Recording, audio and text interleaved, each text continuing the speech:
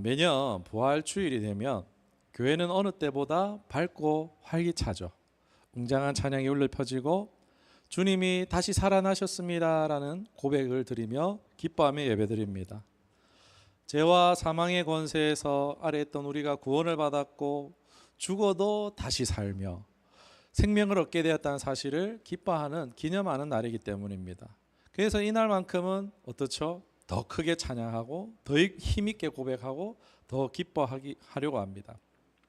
근데 이게 겉으로 보면은 모든 것이 분명하고 분명히 기뻐해야 할 이유도 충분해 보입니다. 그런데 그 한가운데에서 마음 깊은 곳에 설명하기 어려운 감정이 올라오기도 합니다. 어떤 감정이냐? 바로 이질감입니다. 이게 무슨 얘기냐? 그러니까 정말 기쁜가? 아니면 뭔가 분위기 때문에 기뻐해야 하는 때문에 기뻐하고 있는 것인가? 입으로는 할렐루야를 외치고 함께 손들고 찬양하지만 부활하신 주님 찬양합니다 하지만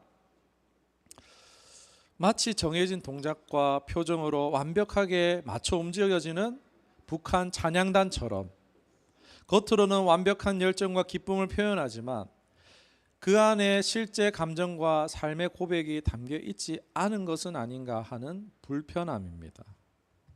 물론 우리의 예배가 그렇다라는 단정이 아닙니다. 만약 부활의 깊이를 이해하지 못한 채 그저 분위기와 형식 속에서 반응하고 있다면요, 이 이질감은 우리만 느낄 뿐만이 아니라 세상이 교회를 보면서 이질감을 느낄 수 있다는 거예요. 북한의 사람들이 우리 수령님 최고 막 이렇게 하면서 막 춤추고 하지, 그 막 이질감 느껴져. 정말 울고로 눕고 있지만 저 사람들 진짜일까 보이잖아요. 그러니까 우리가 부활의 주님에 대해서 예배하고 찬양하고 경배하지만 그러나 우리 마음 가운데 진정한 기쁨이 있는가, 이걸 점검해야 된다는 거야. 그렇지 않으면 세상이 우리를 보고 이질감을 느낄 수 있다는 것입니다. 그래서 오늘 우리 부활의 기쁨 속에서 숨어있는 이 이질감에 대해서 좀 직면을 하고 그 속에서 부활이 지금 우리의 삶과 어떻게 연결되고 있는가를 다시 한번 살펴보는 시간을 가지려고 합니다. 첫 번째는요, 익숙함과 오해에 대해서 좀 나누고자 합니다. 여러분, 부활하면 뭐가 생각나십니까? 우리는 대개 이렇게 생각합니다. 부활하면은 제일 먼저 떠오르는 거, 죽은 시체가 다시 살아났다라는 것입니다. 맞습니다. 틀린 말 아닙니다. 이 자체로도 너무 놀라운 일입니다. 그래서 우리는 너무 놀라운 일이다 보니까 자연스럽게 그 사건 자체에만 주목하기 쉽습니다.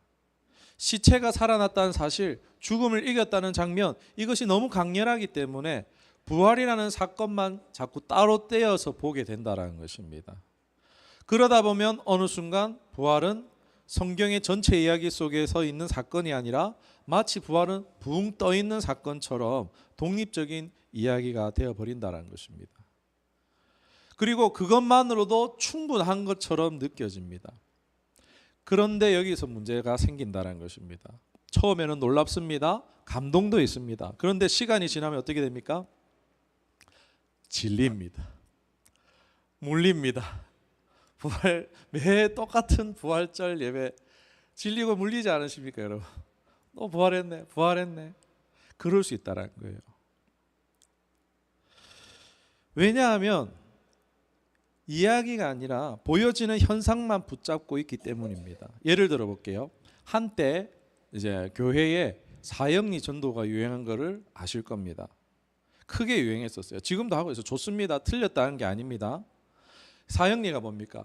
성경의 핵심만 싹 뽑아가지고 전달하니까 처음에는 너무 명확하고 너무 좋아요. 그런데 시간이 지나면은 그것만으로 깊이가 생기지는 않는다는 것입니다. 결국 사형리가 한때는 유행처럼 올랐다가 어느 순간 시들해졌죠. 부활도 마찬가지예요. 매 부활절마다 예수님 살아나셨습니다. 죽음을 이겼습니다. 계속 들어요. 그런데 그것이 사건 자체로만 반복될 때 우리에게는 이게 익숙해져 버리는 거예요. 그래서 어느 순간 마음이 이렇게 반응합니다. 그래서 그게 뭐지?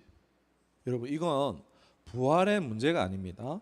우리가 부활을 어쩌면 너무 좁게 보고 있을 때 이렇게 될 수 있다는 것입니다. 부활을 성경의 맥락에서 떼어내고 뭔가 하나의 사건에만 집중하기 때문입니다. 그래서 부활했습니다라는 선언이 어느 순간에 감동이 아니라 뭔가 기쁨이라는 감정을 표현해내야 되는 요구, 그런 반응을 요구하는 것처럼 부담스럽게 느껴진다는 것입니다. 겉으로는 따라가요. 교회가 하는 거 따라가지만 마음속에서는 약간 한 발 물러나 있을 수 있습니다. 기쁜 건 알겠는데 그게 왜 기쁜지 모르겠다라는 상태에 우리가 빠질 수 있습니다. 부활은 단순히 죽은 자가 살아났다라는 놀라운 사건만으로 머물까요? 또 현상만에 주목해서만 될까요? 아니죠. 성경 전체를 관통하는 이야기 속에서 부활은 반드시 연결될 필요가 있습니다. 솔직하게 하나 질문을 드릴게요. 부활이 진짜일까? 설마 한번 해보신 적 없으십니까? 우리요, 죽음은 압니다. 자리가 없으세요? 죽음은 알아요. 그런데 우리가 경험해 보니까 알잖아요. 그런데 부활은 경험해 본 적이 있습니까? 없죠. 그런데 여러분, 성경에는요, 이와는 정반대되는 상태에 있었던 사람들이 있는 걸 아십니까? 바로 아담과 하와입니다. 아담과 하와가 에덴에 있을 때에 그들에겐 죽음이란 개념이 있었을까요? 경험되지 않았죠. 하나님이 말씀하셨어요. 동산 중앙에 있는 선악을 알게 하는 나무 열매를 먹으면 어떻게 된다고요? 죽는다. 그냥 죽는다. 죽음이 뭔지를 모르는데 그냥 죽는다니까 죽는다라고 알고 있었겠죠. 그런데 한날 찾아온 뱀의 말을 듣고 뭐 죽음이 뭔지도 모르겠고 설마 죽겠어 싶었습니다. 그런데 여러분, 그 설마가 어떻게 됩니까? 설마가 사람 잡죠. 설마가 현실이 됩니다. 언제요? 아들 가인과 아벨이 한날 밖에 나갔을 때 어떻게 됩니까? 가인이 아벨을 돌로 쳐버리죠. 그리고 아벨은 다시 일어나지 않습니다. 불러도 아벨아 아벨아 아벨아 흔들어 봐도 반응이 있습니까? 없습니까? 없습니다. 머리에 피도 닦아봤겠죠. 뭐 옷으로도 닦아보고 혹시나 배고픈가 싶어서 억지로 막 입에 뭘 넣어보고 음식도 물도 먹여봤겠죠. 그러나 시간이 점차 흘러서 어떻게 되겠습니까? 부패하는 거예요. 냄새가 나는 거예요. 썩어가는 거예요. 그리고 흙으로 돌아가는 겁니다. 그때 이제 알았겠죠. 아, 이게 죽음이구나. 여러분, 그러나 이것은 보여지는 현상이고 결과예요. 아담과 하와는요, 분명히 알았을 거예요. 죽음이라는 것이 뭐냐? 바로 하나님을 떠나고 하나님으로부터 끊어지는 것이 죽음이라는 것을 이들은 철저하게 알았을 것입니다.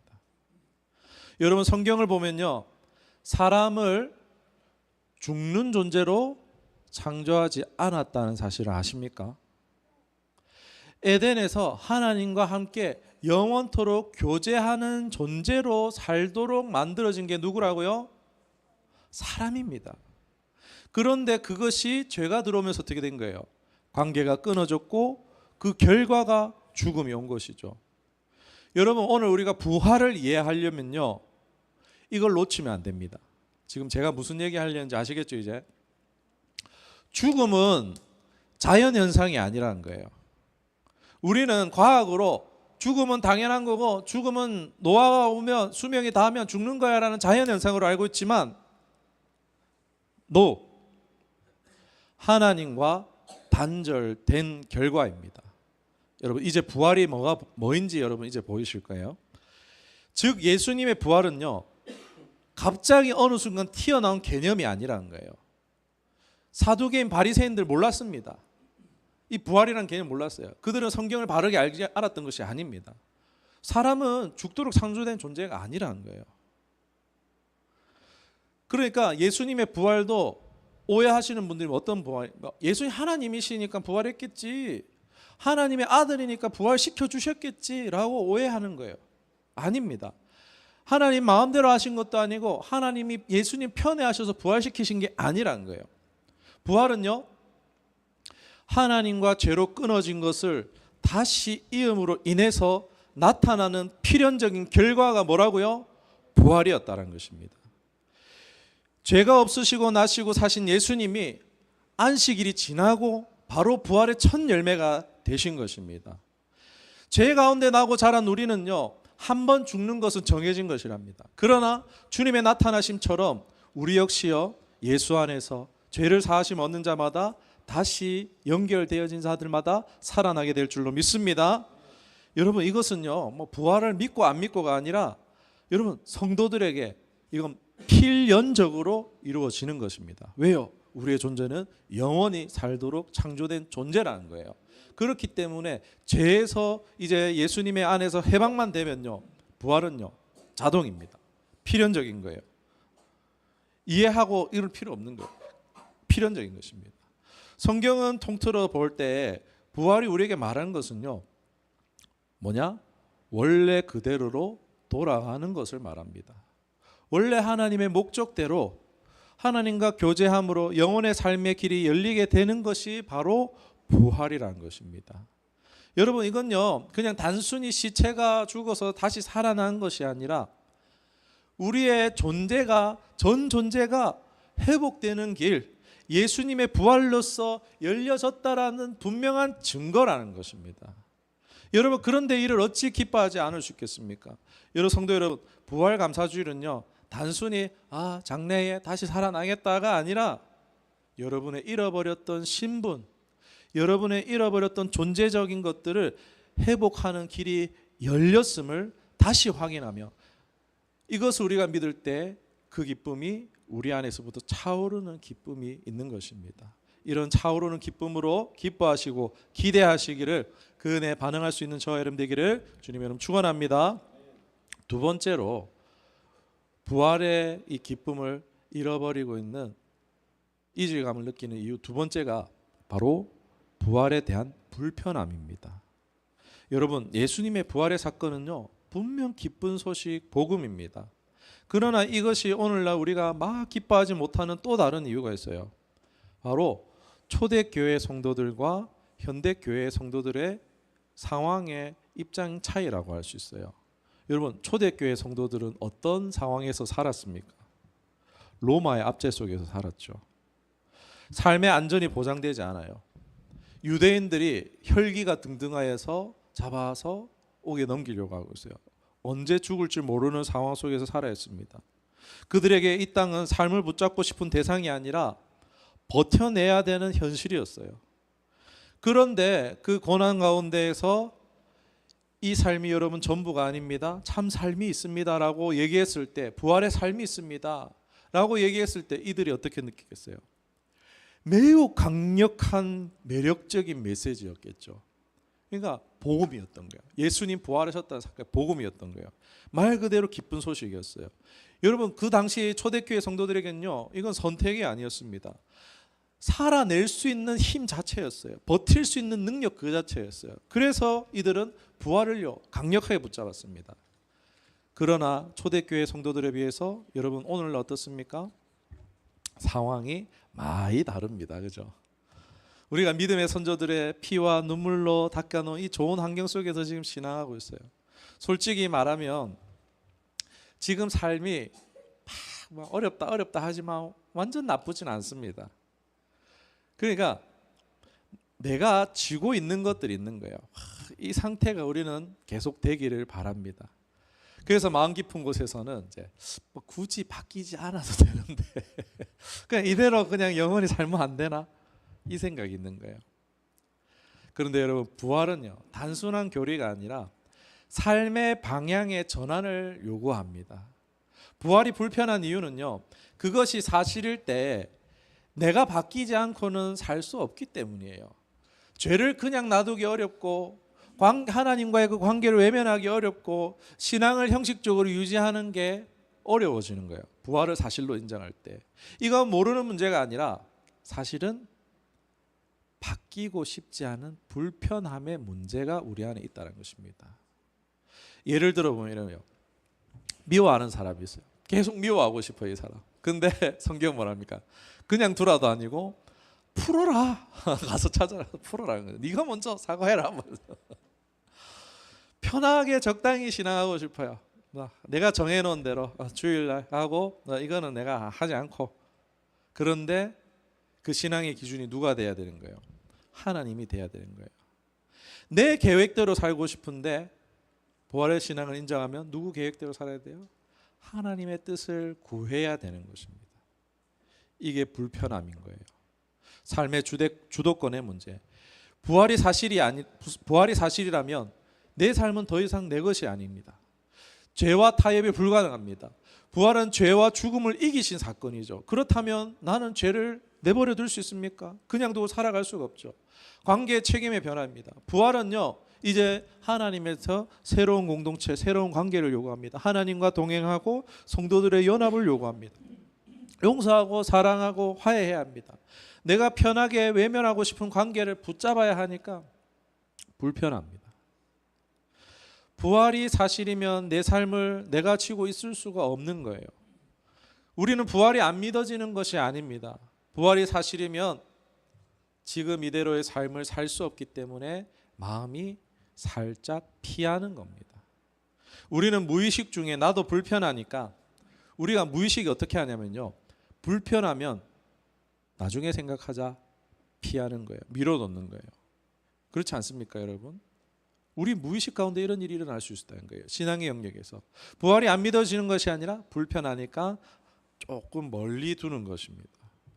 불편하지만 그 불편함이 여러분 우리를 새 생명으로 이끄는 하나님의 은혜의 자리입니다. 혹 우리가 부활을 밀어내고 있지는 않은지 돌아보시기를, 그리고 받아들일 수 있기를, 그런 은혜가 있기를 주님의 이름으로 축원합니다. 마지막으로 기대함이 없을 수 있습니다. 부활에 대한 기쁨 없고 이런 이질감을 느끼는 이유 중에 하나가 성도들 가운데 이 부활에 대한 기대감이 없을 수 있어요. 오늘 말씀에 읽었죠. 고린도전서 15장 51절 52절의 말씀 제가 읽어드리도록 하겠습니다. 보라, 내가 너에게 비밀을 말하노니 우리가 다 잠잠할 것이 아니요 마지막 나팔의 순간에 호련히 다 변화하리니 나팔 소리가 나매 죽은 자들이 썩지 아니할 것으로 다시 살아나고 우리도 변화하리라. 오늘 우리가 다 읽지는 않았는데 여러분 고린도전서 쭉 다 읽어보시면 부활에 대한 내용이 쭉 나와 있습니다. 예수님의 부활 그리고 우리의 부활, 육신의 부활 어떻게 될 건가 자세하게 나와 있습니다. 한번 꼭 읽어보시기 바랍니다. 지금 이 말씀은 믿는 자들이 순식간에 호련히 변화되어서 영광스러운 몸을 입을 것을 선포합니다. 즉 무슨 얘기냐? 부활은 단순히 죽은 자의 생명 회복이 아니라 새로운 차원의 몸으로, 새로운 존재로의 전환을 의미합니다. 그러니까 현대적으로 좀 재해석해 보면은 이제 단순히 죽은 자가 다시 살아난 것이 아니라 새로운 차원의 몸과 삶으로 옮겨가는 것인데, 그러니까 마치 이제 프로그램이 업데이트되면서 완전히 새로운 버전으로, 우리 윈도우 10도 이미 쓰기 좋은데 자꾸 이 11로 이제 12 업데이트 하라고 막 하잖아요. 우리 존재가 하나님의 영광스러운 디자인으로 업그레이드 되는 것입니다. 또 영광스러운 몸은, 지금 몸은 병들고 늙고 약해지지만 부활 후의 몸은요 시간과 공간을 초월하는 몸이라는 거예요. 여러분 예수님이 부활하시고 나서 어떻게 합니까? 저 문을 열고 들어오세요? 아니면은 그냥 통과해서 들어오십니까? 그죠? 신기하지 않습니까? 동시에 예수님은 실제로 또 음식을 드시기도 해요. 현실을 초월하면서도 실제성을 가지고 있습니다. 궁금하지 않습니까, 여러분? 그러니까 단순한 개선이 아니라 완전한 리셋과 새로운 창조가 우리에게 이루어지는 거예요. 우리의 정체성과 존재가 하나님의 의도대로 원래대로 회복되는 순간이 바로 부활의 순간입니다. 그리고 고린도전서 13장 12절의 말씀을 제가 읽어드릴게요. 여기에 보면은 우리의 신앙은 거울로 보는 것 같이 희미한 상태라고 하는데, 그러나 부활 이후에 어떻게 되느냐? 13장 12절에 얼굴과 얼굴을 대면하여 직접 교제하는 날이 온다라고 말하고 있습니다. 지금 우리가 하나님이 보이는 듯도 안 보이는 듯도 계신 듯하고 안 계신 듯하고 들리는 듯하고 안 들리는 듯 그런 가운데 우리가 약간 좀 뭔가 애매한 그런 가운데에서 불확실한 그러나 없지도 않고 그런 가운데 우리 이제 신앙생활을 했지만 어떻게 한다고요? 부활이 되면은 얼굴과 얼굴을 대면하는 것처럼 교제하는 날이 온다.